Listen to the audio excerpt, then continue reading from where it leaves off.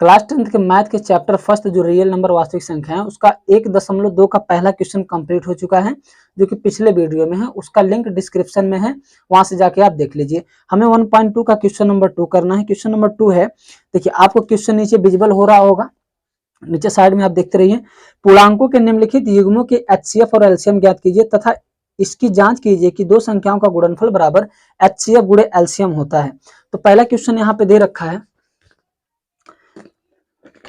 देखिए पहला क्वेश्चन है 26 और 91, 26 और 91। देखिए ये कहना चाहता है कि एक क्वेश्चन कि पहली संख्या गुणे दूसरी संख्या जो होगी वो बराबर होगी LCM और गुणे HCF के। इसका मतलब क्या है, एक संख्या ये है, दूसरी संख्या है। इन दोनों संख्याओं को अगर हम आपस में गुणा कर देते हैं तो जो मान आएगा वही मान अगर हम इन दोनों का LCM निकाल लें यानी लासा, फिर इन्हीं दोनों का एक बार HCF निकाल दें मासा, तो वो दोनों आपस में बराबर होते हैं। तो ये हमें चेक करना है। तो चलिए हम इसको देखते हैं। तो सबसे पहले हम इन दोनों का क्या निकालेंगे, LCM। तो LCM कैसे निकालेंगे, यहाँ पे देखिए 26 91 हम 2 से डिवाइड करेंगे और ये 13 बार जाएगा और ये 2 से तो कटेगा नहीं, 91 ही आएगा। अब ये हम अगर इसको 91 को काटना चाहें तो 7 से क्या काट सकते हैं, 3 से तो कटेगा नहीं, 7 1 के 7 से कट जाएगा, 7 से 13 नहीं कटेगा तो ऐसे उतार लेंगे, 7 1 के 7 दोनों 21, 7 3 21। अब ये 13 से दोनों कट जाएगा तो 2 गुणे 7 गुणे 13 हम ऐसे ही करते हैं। तो लास्ट में हमारा क्या आ जाएगा, 13 7 91 होगा तो 2 9 18, 2 1 के 2 1, 13 7 91, 2 1 के 2 और 2 9 18, 182 आ जाएगा। कैसे, देखिए 13 में 7 से गुणा करेंगे तो 7 3 21, 7 1 के 7 दोनों 91 आएगा, फिर 2 से 91 करेंगे, 2 1 के 2, 2 9 18।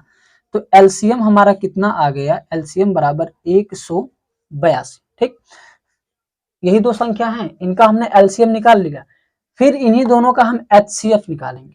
ठीक, तो हम यहाँ पे लिख देते हैं 26 व 91 का LCM बराबर 182 आ गया। फिर इन्हीं दोनों का 26 व 91 का HCF बराबर, तो अभी हम HCF भी निकाल देते हैं। HCF का तरीका क्या है, जो दोनों में भाग चला जाए। हमें पता है 13 दूनी 26, 13 7 91, 13 ही HCF आएगा, लेकिन निकालेंगे कैसे, देखिए 91 और 26 में बड़ा कौन है, 91, तो उसको अंदर रखेंगे, उससे छोटी संख्या से हम भाग करते हैं। 26 से इसमें कितनी बार जाएगा, 26 से अगर इसमें भाग करना चाहें तो कितनी बार जाएगा, अगर हम इसको 30 मान ले तो 3 बार जा सकता है, क्योंकि 4 बार ज्यादा हो जाएगा। अगर 4 बार लेके जाएंगे, 4 से 24, 4 दूनी 8 तो 10 ज्यादा हो जाएगा। अगर 3 बार लेके जाते हैं, 3 छक 18, 3 दूनी 6 और हासिल 1 7 हो जाएगा। उधार लेगा इससे 11, 11 में से 8 गया 3, यहाँ बचा 8, 8 में 7 घटाएंगे तो 13 बचेगा।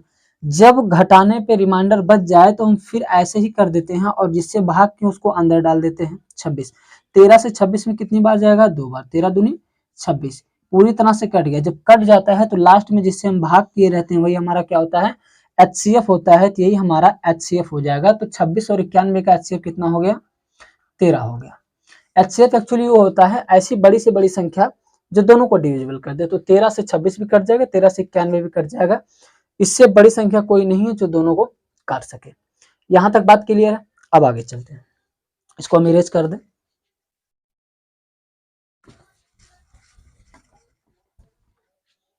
देखिए ये दो संख्याएं हैं, हमने इन दोनों का लासा निकाल लिया और इन दोनों का मासा निकाल लिया। ये क्वेश्चन ये कहना चाहता है कि कोई दो संख्या हो तो उसमें से पहली संख्या गुणे दूसरी संख्या कर दीजिए तो वो बराबर होगा LCM गुणे HCF के। आप HCF पहले LCM बाद में लिख सकते हैं, कोई दिक्कत नहीं है। पहली संख्या कितनी है, 26 है, गुणे दूसरी संख्या कितनी है, 91 है। ये बराबर होगी किसके, LCM कितना है इसका, 182, गुणे HCF कितना है इसका, 13 है। अब इन दोनों का गुणा कर लो, इन दोनों का गुणा, क्या दोनों बराबर आ रहा है, अगर दोनों बराबर आ रहा है तो हम कहेंगे कि पहली संख्या गुणे दूसरी संख्या बराबर LCM गुणे HCF। तो हम गुणा करके देख लेते हैं इसको। 26 से हम 91 में गुणा करते हैं तो आता है 23 66, और 182 में 13 से गुणा करते हैं तो आता है 23 66। दोनों बराबर है। इसका मतलब क्या है कि जो दो संख्याएं दी गई हैं अगर इन दोनों का हम गुणा कर दें तो जो आएगा सेम वही चीजें, इन दोनों का हम एक बार लासा निकाल लें, इन दोनों का फिर एक बार हम मासा निकाल लें, जो आएगा यानी इसके लासा और मासा का गुणनफल इन दोनों संख्याओं के गुणनफल के बराबर होता है, और ये हमने प्रूव कर दिया। ठीक, उम्मीद करता हूँ आपको समझ में आ गया होगा। तो आप इसका स्क्रीनशॉट ले सकते हैं और नोट कर लीजिए। बढ़ते हैं अगले क्वेश्चन की तरफ। 510 और 92, 510 और 92 का जब हम निकालेंगे तो इन दोनों संख्याओं का एक बार हम एलसीएम निकालेंगे, फिर इन्हीं दोनों संख्याओं का हम एक बार एचसीएफ निकालेंगे। तो एलसीएम कैसे निकालेंगे? 510 कामा 92, देखिए 2 से काटेंगे, 2 दूनी 4, 1 11 हो गए, 2 पंचे 10, 1 2 पंचे 10। ये तो उम्मीद है सबको आता होगा, इतना तो मान के चल रहे हैं, ये तो करना सबको आता होगा। 2 से इसको काटेंगे तो 2 चौके 8, 1 2 छक 12, अभी भी 2 से डिविजिबल है। देखिए 255 तो नहीं कटने वाला, 46 कट जाएगा 23 बार में। अब 2 से कुछ नहीं कटने वाला, तो 3 से चेक करेंगे। अगर इसको काटें 3 8 24, 1 25, 3 से कट जाएगा, 3 8 24, 1 25 होगा, इधर 15, 3 5 15, और 3 से तो 23 कटने वाला नहीं है। 3 से क्या कटेगा? 3 दूनी 6, नहीं 5 से, 4 से काट देखते हैं, 4 से भी नहीं 5 से, 5 1 के 5, 3 35, 5 7 35, और ये 23 ऐसे उतार लेंगे। फिर अब ये 17 से कट जाएगा ये एक बार में, और 23 से कट जाएगा ये एक बार में। ठीक, तो हम इनका अब निकाल लेते हैं एलसीएम। तो 2 गुणे 2 गुणे 3 गुणे 5 गुणे 17 गुणे 23। तो जब हम इन सबका गुणा करेंगे तो हमारा आंसर आएगा 2346 0। जब इन सबका हम गुणा करेंगे तो 23,460 आ जाएगा। ये इसका एलसीएम हो गया। ठीक, तो एलसीएम हमने निकाल लिया, एलसीएम बराबर 23,460। फिर इन्हीं दोनों संख्याओं का हम एचसीएफ निकालेंगे। तो एचसीएफ निकालने के लिए हम क्या करते हैं? बड़ी संख्या 510 अंदर रखेंगे, ये वाला उससे छोटी संख्या से हम भाग करेंगे। हमें पता है 51 छोटा पड़ेगा, तो तीनों को मिला लेंगे। अब ये देखें तो 500 है और ये 92, मान के चलते हैं 100 है, तो 5 बार तो जा ही सकता है, तो 5 बार लेके जाएंगे तो 5 दूना 10 और 5 9 45, 5 9 45 और हासिल 46, ये हो जाएगा। घटा देंगे तो 0, उधार लेगा 11 से 6 गए, 5 बचेगा, और यहाँ बचा 4 4 ही कट जाएगा 50। जब घटाने पे बचता है तो फिर हम ऐसे ही करते हैं, और जिससे भाग दें इसको अंदर डाल देते हैं, तो 92 2 बार नहीं जाएगा, एक ही बार जाएगा, 50 1 के 50, घटाएंगे ये 2, 9 में से 5 घटाएंगे तो 4, फिर इसको यहाँ रखेंगे तो 50 को अंदर डाल देंगे, 42 एक ही बार जाएगा, 42 1 के 42, यहाँ 10 में से 2 गए 8, यहाँ बचा 4, मतलब 8 ही बचेगा। 8 को फिर यहाँ रखेंगे, इस 42 को अंदर डालेंगे, 8 पंचे 40, घटाएंगे तो 2 बचेगा, फिर 2 घटाने बचेगा, फिर ऐसे करेंगे, 8 अंदर डाल देंगे। ये आप यूक्लिड विभाजक परिमेय सीख चुके हैं, इसलिए मैं फास्ट इसमें चल रहा हूँ। 2 से कितनी बार जाएगा? 4 बार, 2 चौके 8 कट गया। लास्ट में डिवाइड किससे हुआ? 2 से, यानी हम कह सकते हैं कि HCF बराबर कितना आया? 2 आ गया। अब चलिए समझते हैं कि क्वेश्चन क्या कह रहा है। पहली संख्या गुणे दूसरी संख्या, यानी पहली संख्या हो गई गुणे दूसरी संख्या, बराबर होंगे LCM गुणे HCF के, ये हमको दिखाना है। तो पहली संख्या कितनी हो गई? 510 गुणे दूसरी संख्या कितनी हो गई? 92, ये बराबर होगा एलसीएम के। एलसीएम कितना है? 23,460, तो 23,460 गुणे एचसीएफ के, एचसीएफ कितना आया हमारा? 2 आया है। हम इधर को गुणा करके लिख लेते हैं और इधर गुणा करके लिख लेते हैं, क्या देखें दोनों बराबर आता है कि नहीं आता, तो हमें यही चेक करना है। दोनों का गुणा करेंगे तो आ जाएगा 46,920। इनको गुणा करके देखते, देखिए 2 छक 12 के 2 हाथ से लिख, 2 चौके 8 1 9, 2 3 6 और 2 दूनी 4, 46 92। यहाँ पे क्या मिस्टेक हुई? अच्छा एक बार हम इनका गुणा करके देख लेते हैं, ये गलती तो नहीं हुई है।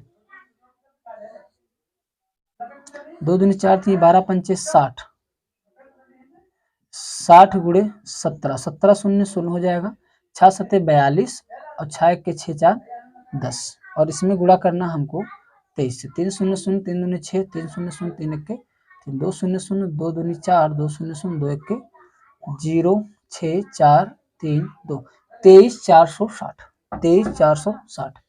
अच्छा 23,460 आया, हम यहाँ 0 लिखना भूल गए थे ना, 23,460 गुणे, सॉरी यहाँ पे 23,460 ही आया है, 0 लिखना भूल गए थे। तो 2 से इसमें गुणा करेंगे तो 2 0 0 2 6 12 के 2 हाथ से लिख, 2 चौके 8 1 9 और 2 3 6, 2 दूनी 4।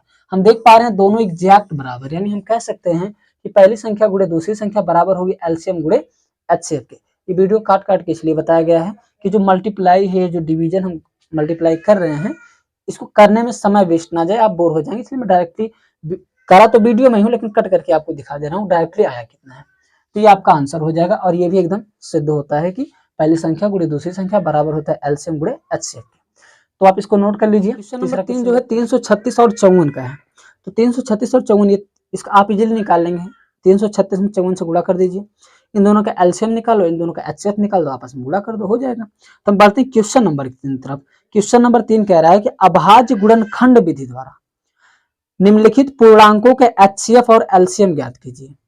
हमें एलसीएम ज्ञात करना और एचसीएफ ज्ञात करना, वो भी अभाज्य गुणनखंड विधि के द्वारा। तो पहला क्वेश्चन इसमें दे रखा है 12, 15 और 21। ठीक, तो हम इसको देखते हैं कैसे होगा। अभाज्य गुणनखंड का मतलब समझते हैं, ऐसे नंबर से काटना है जो केवल खुद से कटे या एक से कटे। जैसे हम एलसीएम निकालते हैं ना, सेम वही प्रोसेस है। तो हम इसको ऐसे लिखेंगे 12 को। ठीक, अच्छा हमें निकालना इसमें क्या है, एलसीएम और एचसीएफ दोनों निकालने हैं अभाज्य गुणनखंड से, एचसीएफ और एलसीएम। तो 12 को हम क्या लिख सकते हैं, 2 गुणे 2 गुणे 3 लिख सकते हैं। देखिए कैसे, 12 को हम एलसीएम की तरह निकालेंगे, 2 छक 12, 2 तिहाई 6, 3 एक्के 3। अब ये 2 से कटा, या तो 2 खुद से कटेगा या एक से कटेगा। 3 या तो 3 से ही कटेगा या खुद से मतलब एक से कटेगा या खुद से ही कटेगा। इसी को कहते हैं अभाज्य गुणनखंड। यानी ऐसे नंबर से हमको नहीं काटना है जो फिर किसी और से कट जाए। तो 2 2 3 आ गया, तो हम 2 गुणे 2 गुणे 3 लिख दिए। ऐसे ही 15 को अगर हम देखें तो 3 गुणे 5 लिख सकते हैं। कैसे, 15 को जो हम काटेंगे तो 3 से ही कटेगा, 3 पचे 15, फिर 5 एक्के 5, 3 और 5 ही तो होगा, तो 3 गुणे 5 लिख दिया हमने। फिर 21 को हम 3 गुणे 7 लिख सकते हैं, क्योंकि जब 21 को हम काटेंगे तो वही बात है, 3 से 7 बार जाएगा, फिर 7 से 1 बार जाएगा। आप समझिए, हमें 2 चीजें निकालनी है, एलसीएम निकालना है और क्या निकालना है, एचसीएफ निकालना है। तो जब भी हम एलसीएम निकालते हैं तो जो सब में सेम हो या 2 में सेम हो उसको एक बार लिखते हैं, बाकी सबको कैलकुलेट कर लेते हैं। ठीक, और एचसीएफ क्या होता है, तीनों में जो सबसे बड़ा कॉमन वही एचसीएफ होता है। बात समझिए, एचसीएफ क्या होता है, तीनों में जो सबसे बड़ा हो। इसमें देखिए सबसे बड़ा नंबर 3 है, क्या इसमें भी है, इसमें भी 3 है, इसमें भी 3। इन तीनों में जो सबसे बड़ा नंबर है अगर हम देख पा रहे हैं तो हमें केवल और केवल ये 3 नजर आ रहा है जो तीनों में है। इससे बड़ा कोई नंबर नहीं है। देखिए 7 है लेकिन इसमें 7 नहीं है, 5 है यहाँ लेकिन इसमें 5 नहीं, इसमें 5 नहीं है, 2 इसमें है लेकिन इसमें भी 2 नहीं, इसमें भी 2 नहीं, 3 ही तीनों में है। तो जो सब में होता है वही हमारा एचसीएफ होता है। तो एचसीएफ कितना हो गया, 3 हो गया। लेकिन एलसीएम के लिए क्या होता है कि जो सब में हो उसको हम एक बार लिखते हैं। ठीक, गुणे 2 इसमें 2 बार है तो 2 गुणे 2 हो जाएगा। ये तो हो गया। यहाँ पे 5 बचा है तो इसको भी गुणा करेंगे, यहाँ 7 बचा है तो इसको भी गुणा करेंगे। मान लो यहाँ पे एक और 7 होता, इसमें भी 7 होता, इसमें भी 7 होता, तब भी हम एक बार ही 7 लिखते हैं, क्योंकि यहाँ बगल में कोई चीज रहती है तो एक ही बार में हम काट देते। मान लो यहाँ 10 होता तो 2 छक 12 के 2 पंचे 10 नहीं कर देते, एक ही बार कट जाता। तो सेम यही प्रोसेस है। इनको मल्टीप्लाई कर दीजिए, देखिए 3 दूनी 6 दूनी 12 पंचे 60 और 60 सत्ते 420, 420 आ जाएगा क्या इसका एलसीएम। तो यहाँ पे हमने अभाज्य गुणनखंड विधि के द्वारा इसका एलसीएम और एचसीएफ निकाल लिया। अब इसको नोट कर सकते हैं। तो बढ़ते हैं अगले क्वेश्चन की तरफ। 17, 23 और 29 इनका भी हमें अभाज्य गुणनखंड करना है। तो हम कैसे करेंगे, देखिए ये जो 17 है भैया, ये तो 17 से ही कटेगा, बात के लिए एक तो सब में होता है, हम यहाँ 1 गुणे 17 लिखने कोई दिक्कत थोड़ी है। 23 की बात करें तो 23 भी खुद से ही कटेगा। अगर हम 29 की बात करें तो 29 भी खुद से ही कटेगा, 29 से 29 एक ही बार में कट जाएगा। तो अगर हम इनके एचसीएफ की बात करें, एचसीएफ, तो एचसीएफ जो सब में कॉमन हो, सब में तो कुछ नहीं दिख रहा है लेकिन इंटरनली एक होता है, तो एक सब में है कि नहीं है, तो एचसीएफ कितना हो जाएगा, 1 हो जाएगा। अब दिखाने की बात थोड़ी भाई, 17 गुणे 1 कर दो, 23 गुणे 1 कर दो, 29 गुणे 1 कर दो, है तो ना एक, तो इसको एक दिखाया नहीं जाता। ठीक, तो एचसीएफ 1 हो गया। लेकिन एलसीएम की हम बात करें तो एलसीएम क्या होगा, एलसीएम यही हो जाएंगे, इसमें 17 गुणे 23 और गुणे 29, हम इन तीनों का आपस में गुणा कर देंगे, जो आएगा आंसर होगा। अगर हम इनका गुणा करते हैं तो 11,339, ठीक, 11,339 इसका आंसर हो जाएगा। एलसीएम और एचसीएफ आपका 1 हो गया। तो चलिए अगला क्वेश्चन है 8, 9 और 25 का। इसका हमें एलसीएम और एचसीएफ निकालना है अभाज्य गुणनखंड विधि के द्वारा। तो देखिए 8 को हम क्या लिख सकते हैं, 2 लिख सकते हैं, 2 दूनी 4 दूनी 8, क्योंकि जब आप 8 का अभाज्य गुणनखंड करेंगे तो 2 चौके 8, 2 दूनी 4, 2 एक के 2, 3 बार 2 आएगा, तो हमने वही लिख दिया। फिर हमें 9 को निकालना है। 9 को अगर हम अभाज्य गुणनखंड करेंगे तो 3 से कटेगा, 3 तियां 9, फिर 3 एक के 3, तो 2 ही बार तो 3 आया था। हम 9 को क्या लिख सकते हैं, 3 गुणे 3। फिर से मैं बता दूं, एक सब में रहता है 25 है। चलिए 25 का अभाज्य गुणनखंड करेंगे तो 25 को कैसे काटेंगे, पंचम 25, 5 एक के 5, तो 5 गुणे 5 हो जाएगा। अब हमें क्या निकालना है, HCF निकालना है और LCM निकालना है। तो HCF क्या होता है, जो सब में कॉमन हो। देखिए 2 इसमें है, 3 इसमें, 5 इसमें, कोई भी नंबर ऐसा नहीं दिख रहा जो तीनों में कॉमन हो, तो HCF क्या हो जाएगा, 1, क्योंकि एक सब में रहता है। लेकिन LCM की बात करें तो जो 2 में हो उसको एक बार काउंट किया जाता है। तो इसमें तो ऐसा कुछ दिख नहीं रहा जो सब में सेम हो, तो इसमें 3 बार 2 है, तो 2 दूनी 4 दूनी 8 हो जाएगा, गुणे ये 3 तियां 9 हो जाएगा, और ये पंचम 25 हो जाएगा। तो जब हम एलसीएम एग्जैक्ट इनका गुणा करके निकालेंगे तो 25 चौका 100 होता है, 25 सट्टे 200 होगा, 209 अगर समझ में नहीं आ रहा है तो नीचे कमेंट कर दीजिए सर यहाँ पे समझ में नहीं आया, मैं फिर से एक्सप्लेन कर दूंगा। ओके, चलिए अगले क्वेश्चन। कह रहा है HCF 306 और 657 का 9 है, यानी 306 और 657 का जब HCF निकाला गया तो वो 9 आता है। तो हमसे कह रहा है तो 306 और 657 का एलसीएम क्या होगा, हमसे ये पूछा है। और साथ ही साथ इसने ये भी कहा है, हाँ ठीक, और कुछ खास इसमें कहा नहीं, लेकिन हम इसमें फार्मूले के हिसाब से लगाएंगे। तो फार्मूला हमारा क्या कहता है, देखिए पहली संख्या गुणे दूसरी संख्या बराबर होगी किसके, एलसीएम गुणे HCF के। बात क्लियर है। अब समझिए, हमसे एलसीएम पूछा है, तो पहली संख्या क्या है 306 गुणे दूसरी संख्या क्या है 657, बराबर होगा एलसीएम के। एलसीएम दिया है नहीं, तो हम एलसीएम लिख लेते हैं, गुणे HCF के। HCF कितना है 9 है। अगर हम यहीं से इसको काटना चाहें तो देखिए, मान लो आप लोगों के समझ में नहीं आएगा, हो सकता है तो मैं इसको थोड़ा सा और एक्सप्लेन कर दूं। इधर एलसीएम को हम रोक के रखते हैं, इधर 306 गुणे 657 है, ये 9 गुणे में है, तो यहाँ भाग में आएगा कि नहीं आएगा, भाग में आ गया। हम इसको काट के देखते हैं, 9 3 27, 3 36, देखिए 9 से अगर हम इसको काटें तो 9 3 27, 3 30 36 होगा, 9 चौके 36, तो 34 बार जाएगा, 9 34 से 306 होता है। देखिए 9 चौके 36, 9 3 27, 3 30। अब बच गया यहाँ पे 34 गुणे 657 बराबर एलसीएम के। अगर हम 34 से 657 में गुणा कर दें तो एलसीएम निकल जाएगा, तो हम गुणा करके देख लेते हैं भाई।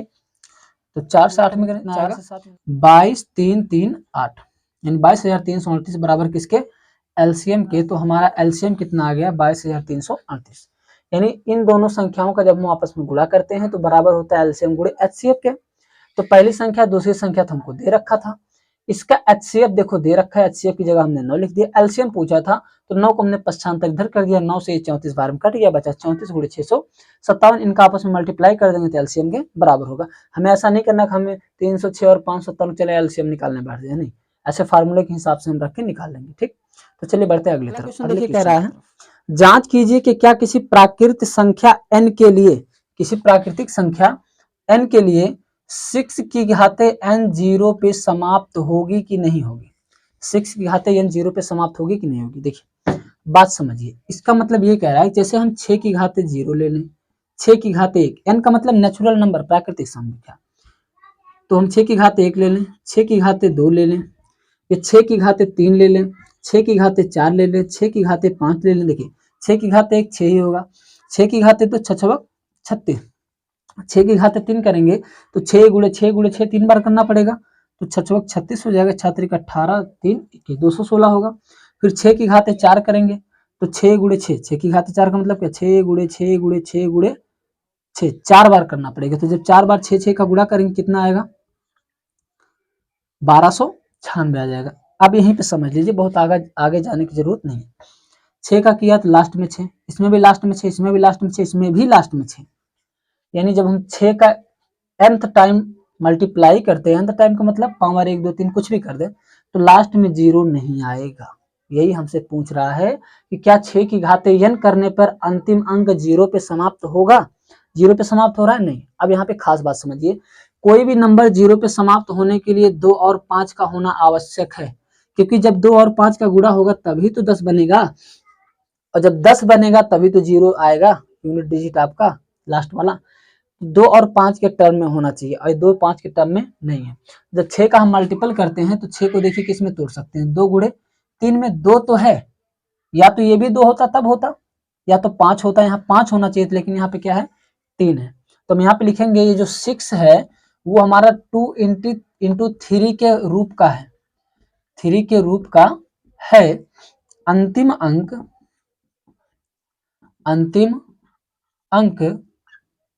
0 पे समाप्त होने के लिए, 0 पे समाप्त होने के लिए 2 व 5 का गुणज होना जरूरी है, गुणज होना जरूरी है। सिंपल सी बात समझिए। आप डायरेक्ट क्या लिखेंगे, 6 की पावर n 0 पे समाप्त नहीं होगी, क्योंकि किसी भी नंबर की पावर 0 पे समाप्त होने के लिए 2 और 5 के गुणनफल के रूप का होना आवश्यक है, जो कि यहाँ पे नहीं है, क्योंकि 6 का तोड़ेंगे 2 और 3 के फॉर्म में टूटेगा, 2 और 5 के फॉर्म में नहीं टूटेगा। बात क्लियर है?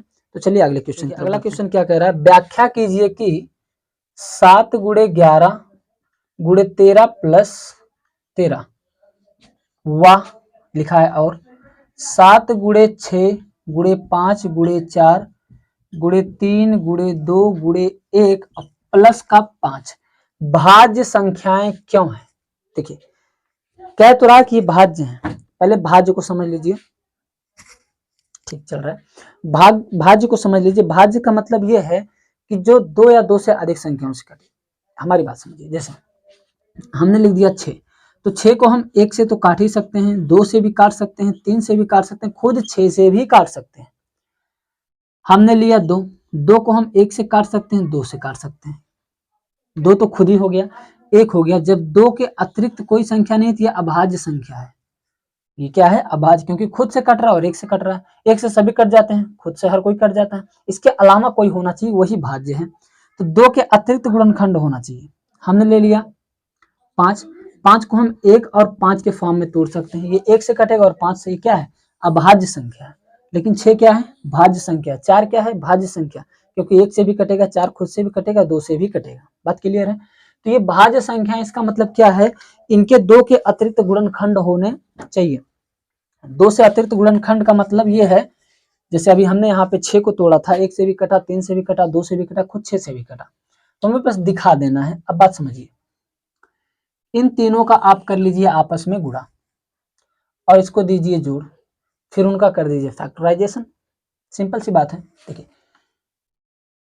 13 से इसमें गुणा कर दीजिए, 13 से जब 11 में गुणा करेंगे तो 13 से 11 में गुणा करेंगे तो 143 आएगा, और अभी गुणे में क्या बचा है, 7, और प्लस का इधर 13 है, तो 7 से इसमें करेंगे तो 7 तिरिक 21, 7 चौके 28 और हासिल 2 30, 7 21 7 3 10, और प्लस का क्या है, ये 13 है। ठीक, अब 13 इसमें जोड़ देंगे तो 3 और 1 4 हो जाएगा, ये 1 0 1 10 से 14 आ गया।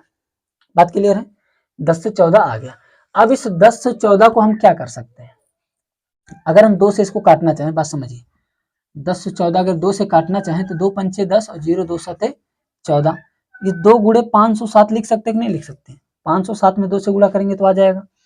अब यहाँ पे देखिए, इस 10 से 14 को हम क्या लिख सकते हैं, 2 गुणे 507। अब बताइए, था तो 10 14 ना, ये 10 14 या तो 1 से कटता या तो खुद से कटता तो अभाज्य माना जाता, लेकिन ये 1014 से तो कटेगा ही कटेगा, 1 से कटेगा ही कटेगा, उसके अलावा 2 से भी कट रहा, 507 से भी कट रहा है। 2 से इसको काटेंगे तो 507 बार जाएगा, 507 से काटेंगे तो इसमें 2 बार जाएगा, इसलिए क्या है, भाज्य संख्या है। हम लिखेंगे क्या, इसका 2 से अतिरिक्त गुणनखंड है, अतः यह भाज्य संख्या है। सेम ऐसे इसका हम करेंगे। देखिए यहाँ 5 है ना, इधर सबका गुणा कर लो, 2 1 के 2 ही होगा, 2 3 6 और 6 पंचे 30, 30 हो गया, और 3 छक 18, 180 हो गया, 180 हम लिख लेते हैं। 180 में फिर 4 से गुणा है, और किससे गुणा है, 7 से, और इधर प्लस का 5 है। 180 में 4 से गुणा करेंगे तो 0 4 से, 4 शून्य 4 8 32, और 4 1 के 4 3 7, 720 हो गया, गुणे में 7 प्लस का 5, 7 शून्य 0 7 दूनी 14 के 4 हाथ से 1, 7 7 49 1 50 और ये प्लस का 5 इसको ऐड कर देंगे तो 50 45 ये होगा। सिंपल सी बात है भैया, गुड़े को गुड़े में जो गुड़ा कर लो, प्लस जो बचा उसको जोड़ दो। अब एग्जैक्ट ये आ गया। अब ये संख्या या तो 5045 खुद से कटेगा या तो 1 से कटेगा, अगर इतना तक ही सीमित है तो यह भाज्य संख्या है। लेकिन ये कह रहा है कि भाज्य संख्या सिद्ध करो, इसका मतलब इसका 2 से अतिरिक्त गुणनखंड होगा। तो इसको हम फैक्टर करते हैं। अगर हम इसको देखिए 2 से काटना चाहेंगे 2 से नहीं कटेगा, क्योंकि 50 45 लास्ट में सम संख्या नहीं है। 3 से हो सकता है कि कट जाए। देखिए 3 1 के 3 2 5 होगा 20, 3 6 18 2 24 होगा, 3 8 24, 3 से भी नहीं कटेगा, 3 से भी नहीं कटेगा। अगर 5 से काटेंगे तो 5 1 के 5 0 0 बढ़ाएंगे 5 9 45। क्यों 5 9 45? देखिए 5 1 के 5 हो गया, शून्य में शून्य बार चला जाएगा, 2 अंक जब एक साथ मिलाते हैं तो एक 0 बढ़ाते हैं तो 5 9 45 हो जाएगा। इसको हम क्या लिख सकते हैं, 5 गुणे 1009 लिख सकते हैं। अब बताइए अगर ये 50 और 45 खुद से कटता या 1 से कटता तो अभाज्य संख्या होता, लेकिन ये खुद से तो कट रहा है, 1 से कट रहा है, 5 से भी कट रहा है, 1009 से भी कट रहा है, इसलिए क्या है भाज्य संख्या। क्योंकि 5 से इसको काटेंगे तो 1009 बार जाएगा, 1009 से इसको काटेंगे तो 5 बार जाएगा, और 1 से कट रहा है, खुद से कट रहा है, तो 2 से अतिरिक्त गुणनखंड हुआ कि नहीं, तो क्या हो जाएंगे भाज्य संख्या। हम लिखेंगे इन दोनों के 2 से अतिरिक्त गुणनखंड हैं, अतः ये भाज्य संख्याएं हैं। यहाँ पे आपका क्वेश्चन कंप्लीट हो जाएगा। ठीक, एक क्वेश्चन लास्ट क्वेश्चन है, क्वेश्चन नंबर 7। ठीक, तो क्वेश्चन नंबर 7 को हम देखते हैं, आप इसका स्क्रीनशॉट ले सकते हैं। ठीक, अगर नहीं समझ में आ रहा आप कमेंट कर दीजिए कि सर इस क्वेश्चन में यहाँ पे नहीं समझ में आ रहा, मैं उसको फिर से बना दूंगा वीडियो के। आगे देखिए, किसी खेल के मैदान के चारों ओर वृत्ताकार पथ है। ठीक, इस मैदान का एक चक्कर लगाने में सोनिया 18 मिनट लगाती है। हम इसको मिटा के आपको बना के समझाते हैं ताकि अच्छे से समझ में आ जाए। देखिए एक खेल का मैदान है, कह रहा है एक खेल के मैदान के चारों ओर, मान लो ये मैदान है, इसके चारों तरफ एक वृत्ताकार पथ है। ठीक, इस मैदान का एक चक्कर लगाने में सोनिया, एक लड़की है क्या, सोनिया, मान लेते हैं कि यहाँ इस ए पॉइंट से चलना शुरू करती है, 18 मिनट लगाती है। कितना समय लेती है, 18 मिनट एक चक्कर पूरा करने में, यानी ए से चली ऐसे ऐसे ऐसे ऐसे घूम के फिर यहीं पे आ गई, 18 मिनट लेती है। जबकि इसी मैदान का एक चक्कर लगाने में रवि को 12 मिनट लगता है। एक लड़का है कौन, रवि, इसको कितना मिनट लगता है, 12 मिनट लगता है। मान लीजिए वे दोनों एक ही स्थान से और एक ही समय पर चलना प्रारंभ करते हैं, यानी स्थान यहीं से रवि भी दौड़ रहा है, यहीं से सोनिया भी दौड़ रही है, और टाइम भी दोनों का सेम है। जब दौड़ना शुरू करते हैं तो एक ही टाइम पे करते हैं। ठीक, फिर कह रहा है और एक ही दिशा में चलना भी प्रारंभ करते हैं। कितने समय बाद वो पुनः प्रारंभिक स्थान पे मिलेंगे, तो कितने समय बाद फिर ये यहाँ पे मिलेंगे। अब पहले ये बताइए, है तो वृत्ताकार पथ, सोनिया 18 मिनट में यहाँ से घूम के यहाँ जाती है, लेकिन रवि 12 मिनट में आ जाता है, तो फास्ट कौन दौड़ रहा है, फास्ट रवि ही तो दौड़ रहा है। वहां से गया, आने में इसको केवल 12 ही मिनट लगा, लेकिन सोनिया 18 मिनट लेती है, तो 6 मिनट लेट है कि नहीं सोनिया, तो सोनिया 6 मिनट लेट है। तो इसका मतलब ये हो सकता है कि सोनिया मान लो यहाँ से चली यहाँ पहुंची हो, लेकिन रवि इससे फास्ट दौड़ रहा, तो रवि हो सकता है यहाँ पहुंच जाए और सोनिया अभी भी यही है। ठीक, रवि यहाँ पहुंच जाए, सोनिया यहीं पहुंची है, रवि यहाँ पहुंच गया, सोनिया यहाँ पहुंची है, रवि यहाँ पहुंच गया, सोनिया यहाँ पहुंची, क्योंकि सोनिया स्लो है ना तो रवि फास्ट रहेगा। रवि एक चक्कर पूरा करके इधर आ गया, सोनिया यहाँ पहुंची है, रवि फिर यहाँ आ गया, सोनिया यहाँ पहुंची। देखिए रवि का दूसरा चक्कर चल रहा, सोनिया का पहला ही। रवि फिर यहाँ आ गया, सोनिया यहाँ पहुंची है, रवि यहाँ पहुंच गया, सोनिया अब ए के पास पहुंचने वाली है, तब तक रवि भी यहीं पे दोनों पहुंच जाते हैं। अब बताइए, रवि 2 चक्कर में पहुंचा और सोनिया 1 चक्कर, यानी सोनिया जब तक 1 चक्कर लगाती है रवि 2 चक्कर लगा देता है। बात समझ में आ रहा है, रवि 2 चक्कर लगाता है, कैसे, 6 मिनट का अंतर है, तो 6 दूनी 12। तो हम इसको लगा के देखते हैं। देखिए अब मेन मुद्दा समझिए, जब कोई दो व्यक्ति एक ही स्थान पे एक ही समय से चलना प्रारंभ करते हैं, करे चाहे कोई भी पथ हो, या कोई भी आपसे कह दे सड़क पे जो लाइटें लगी होती हैं वो इतने इतने समय के अंतराल पे जलना प्रारंभ करती हैं, तो एक साथ पुनः कब जलेंगी, तो इन सब में हमेशा हम एलसीएम निकालते हैं। ठीक, तो इन दोनों का हम एलसीएम निकालेंगे, वही हमारा आंसर होगा। तो 12 और 18 का जब हम एलसीएम निकालेंगे तो 2 छक 12, 2 9 18, 2 3 6 और 9 कटेगा नहीं, 3 1 के 3, 3 3 9, 3 से ये भी कट जाएगा। तो आया क्या, 2 दूनी 4, 3 12, 3 36, और ये मिनट दिया कि नहीं मिनट दिया, यानी जितने समय पे ये स्टार्ट करेंगे उससे 36 मिनट के बाद ही ये जाके मिल जाएंगे। अब बताइए 18 मिनट में सोनिया एक चक्कर पूरा करती है, तो 36 मिनट बाद तो 3 चक्कर लगाएगी सोनिया, और ये 12 18 दूनी 36, सोनिया 2 चक्कर में, और 12 3 36, रवि 3 चक्कर, रवि 3 बार घूम चुका होगा, सोनिया 2 ही चक्कर लगा पाएगी। तो सिंपल सी बात है कि आप बस इतना समझिए, दोनों का जो समय दे रखा है ना, उसका आप एलसीएम निकाल दीजिए, एलसीएम जो आएगा वही आंसर होता है। 36 मिनट बाद पुनः ये दोनों आपस में मिलेंगे। ठीक, तो यहाँ पे आपका 1.2 कंप्लीट होता है।